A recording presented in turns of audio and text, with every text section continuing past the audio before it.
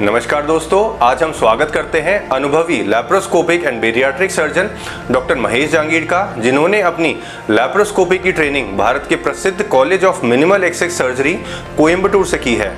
दोस्तों, gall bladder की पथरी आजकल एक बहुत ही कॉमन परेशानी है।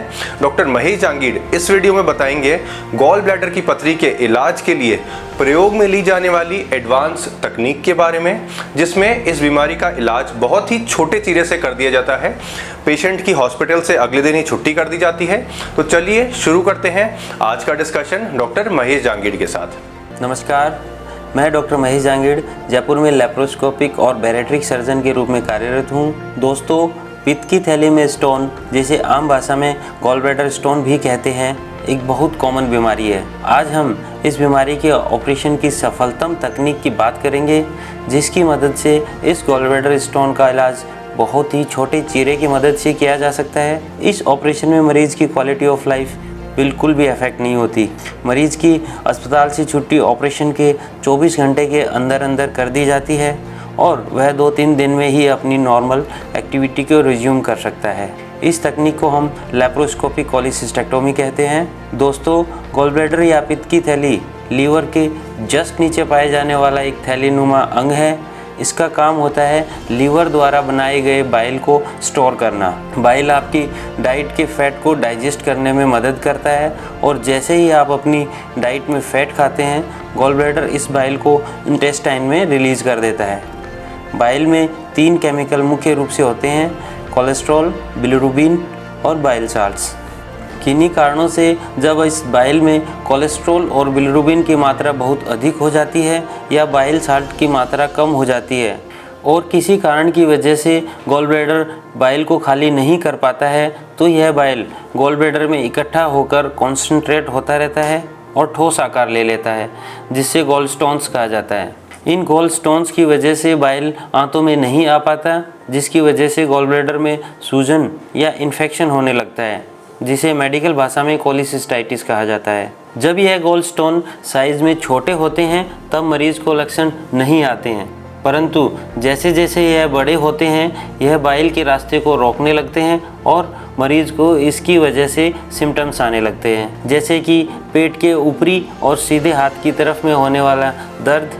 यह दर्द राइट कंधे में भी रेडिएट होने लगता है। जी घबराना, उल्टी होना, बुखार आना, पेट में ज़्यादा गैस होना, अपच होना, पीलिया होना जैसे लक्षण भी कोलिसिस्टाइटिस में आ सकते हैं। वैसे तो यह गॉल स्टोन किसी को भी हो सकता है, पर इसके 6 मेन रिस्क फैक्टर हैं। इन रिस्क फैक्टर्स को 6F के नाम से भी जाना जाता है, मतलब फेयर, फैट, फर्टाइल, 40, फीमेल या फैमिली हिस्ट्री। मतलब जो महिलाएं 40 वर्ष की उम्र के आसपास हैं, जिनका वजन सामान्य से ज़्यादा है और जिनका रंग फेयर है और जिनकी फैमिली हिस्ट्री है गॉल स्टोन की, उनमें गॉल स्टोन होने की संभावनाएं सामान्य से कहीं ज़्यादा होती हैं। गॉल ब्लैडर स्टोन्स का डायग्नोसिस करने के लिए सबसे कॉमन टेस्ट जो किया जाता है वह है पेट की सोनोग्राफी। हालांकि अगर इन गॉल स्टोन्स की वजह से पेट के आसपास के स्ट्रक्चर्स में भी कोई कॉम्प्लिकेशंस हो गए हैं, उनको क्लियरली डायग्नोज करने के लिए डॉक्टर कुछ और टेस्ट भी करा सकते हैं, जैसे कि पेट का CT स्कैन, MRCP, ERCP और कुछ ब्लड टेस्ट। दोस्तों, इस बीमारी का इलाज मेडिसिन से संभव नहीं है। इसका इलाज ऑपरेशन से पित्त की थैली को निकालने से ही होता है, जिसे कोलिसिस्टेक्टोमी कहते हैं। यह ऑपरेशन 2 तरह से किया जाता है: लैप्रोस्कोपिक कोलिसिस्टेक्टोमी और ओपन कोलिसिस्टेक्टोमी। जिसमें लैप्रोस्कोपिक कोलिसिस्टेक्टोमी मतलब दूरबीन से की जाने वाली गॉल ब्लैडर की सर्जरी गोल्ड स्टैंडर्ड टेक्निक है। यह ऑपरेशन जनरल एनेस्थीसिया में होता है, मतलब ऑपरेशन के दौरान मरीज को पूरा बेहोश कर दिया जाता है। इसमें 3 या 4 छोटे की होल्स इंसिजन्स पेट पे लगाए जाते हैं, जिन्हें पोर्ट्स भी कहते हैं। एक पोर्ट नाभि पर बनाया जाता है और इस पोर्ट के माध्यम से CO2 गैस पेट में भरी जाती है, जिससे पेट को फुलाया जाता है।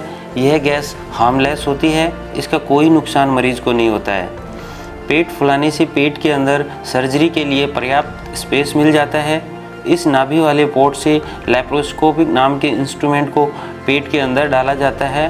लैप्रोस्कोप के पीछे कैमरा लगा होता है जिससे पेट के अंदर का व्यू बाहर लगे स्क्रीन पे दिखाई देता है। स्क्रीन पर देखते हुए ऑपरेशन किया जाता है।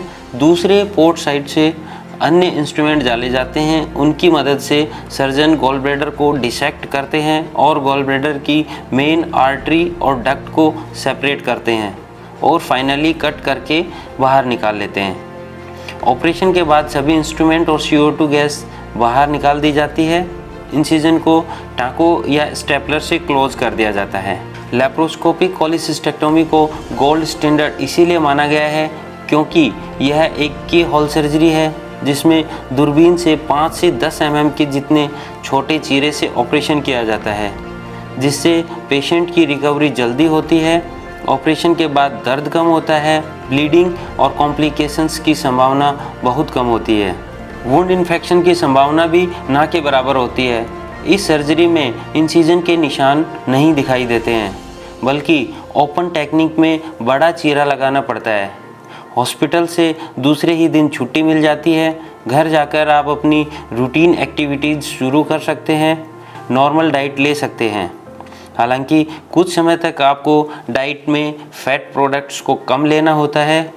इसके साथ ही आपको कॉन्स्टिपेशन से बचना होता है। इसके लिए आप पर्याप्त मात्रा में पानी पिएं, चाय कॉफ़ी अवॉइड करें और आप चाहे तो डॉक्टर द्वारा प्रिस्क्राइब स्टूल सॉफ्टनर भी ले सकते हैं। आपको ध्यान ये रखना है 2 हफ्तों तक आप कोई हैवी वर्क ना करें, जैसे किसी भी भारी चीज़ को उठाना, स्पोर्ट्स एक्टिविटी। आप जितना कंफर्टेबल हो उतना वॉक कर सकते हैं। घर जाकर आप रेगुलर शावर ले सकते हैं, पर ध्यान रहे कि आप अपने इंसिजन साइट क्लीन रखें, उन्हें गीला ना होने दें। 1 हफ्ते के बाद आप कार ड्राइव कर सकते हैं। दोस्तों, कभी कभी जब गॉल ब्लैडर के आसपास बहुत ज़्यादा सूजन होती है, गॉल ब्लैडर आसपास के स्ट्रक्चर से बहुत ज़्यादा चिपका हुआ होता है, गॉल ब्लैडर के आसपास की एनाटॉमी डिस्टर्ब होती है, गॉल ब्लैडर के इस ऑपरेशन के दौरान ब्लीडिंग होने की संभावना ज़्यादा होती है। ऐसे केसेस में सर्जन ओपन टेक्निक को प्रेफर करते हैं, जिसे ओपन कोलिसिस्टेक्टोमी कहते हैं। ओपन टेक्निक में पेट पर करीबन 6 इंच का बड़ा चीरा लगाया जाता है, जिसकी वजह से रिकवरी धीरे होती है। पोस्ट ऑपरेटिव पीरियड में दर्द भी लैप्रोस्कोपिक टेक्निक की तुलना में ज़्यादा होता है। आपका हॉस्पिटल में स्टे लंबा होता है और घर पर रिकवरी में भी ज़्यादा समय लगता है। लैप्रोस्कोपिक कोलिसिस्टेक्टोमी का इस्तेमाल गॉल ब्लैडर स्टोन्स के अलावा कुछ अन्य बीमारियों के इलाज में भी किया जा सकता है, जैसे gall bladder polyps, gall bladder masses, gall stone pancreatitis, acalculous cholecystitis. आशा है मेरा ये वीडियो आपको पसंद आया होगा। मेरी ये जानकारी आपके काम आएगी और अब आपको इस बीमारी के उपचार का निर्णय लेने में मदद करेगी। मैं doctor Mahesh Jangid, laparoscopic and bariatric surgeon, Jaipur में कार्यरत हूँ। किसी भी प्रकार की लैप्रोस्कोपिक सर्जरी, उसके अलावा हर्निया, अपेंडिक्स, गॉल ब्लैडर और बैरेट्रिक सर्जरी की विस्तृत से जानकारी के लिए आप मुझसे संपर्क कर सकते हैं। धन्यवाद। तो आज हमारे साथ थे डॉक्टर महेश जांगीड़, जिन्होंने हमें गॉल ब्लैडर की बीमारी के इलाज के बारे में विस्तार से बताया। डॉक्टर महेश जांगीड़ से अपॉइंटमेंट बुक करने के लिए आप नीचे दिए गए नंबरों पर संपर्क करें। धन्यवाद।